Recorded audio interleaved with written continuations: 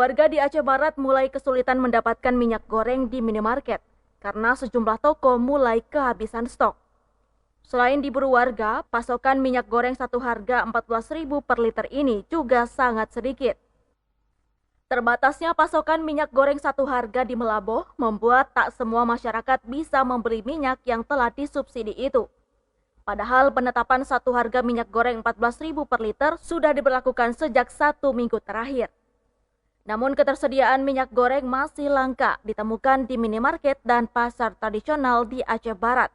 Karena kurangnya stok, warga tetap membeli minyak goreng curah, meski harganya lebih mahal daripada minyak kemasan subsidi pemerintah.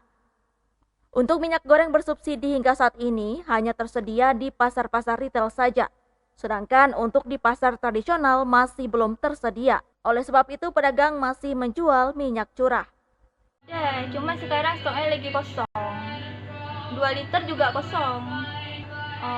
Untuk yang 1 liter sih baru sekali, Pak. Kalau yang 2 liter tanggal 26 kemarin terakhir. Paling banyak sih nggak sampai 10 kotak lewat sih. Di bawah 10 kotak ada masuk. Banyak, Pak. Emang diburu sama konsumen. Dicarinya semua minyak karena baru turun di Indomaret. Di pasar kan belum. 1 kotak isinya 6 piece. Berarti 10 liter. 10 kotak sekali pengiriman. Sementara itu, Kepala Dinas Perindustrian Perdagangan dan Koperasi Kabupaten Aceh Barat, Jani Janan mengatakan, kuota minyak goreng bersubsidi untuk saat ini dinilai masih sangat kurang, sehingga masyarakat masih banyak yang tidak mendapatkan minyak goreng bersubsidi tersebut. Alhamdulillah sudah sesuai dengan instruksi pemerintah, khususnya di pasar-pasar retail, supermarket. Namun kebutuhan yang dibutuhkan oleh masyarakat stoknya masih terbatas, sehingga sebagian masyarakat masih memilih pasar tradisional untuk memilih kebutuhan minyak goreng.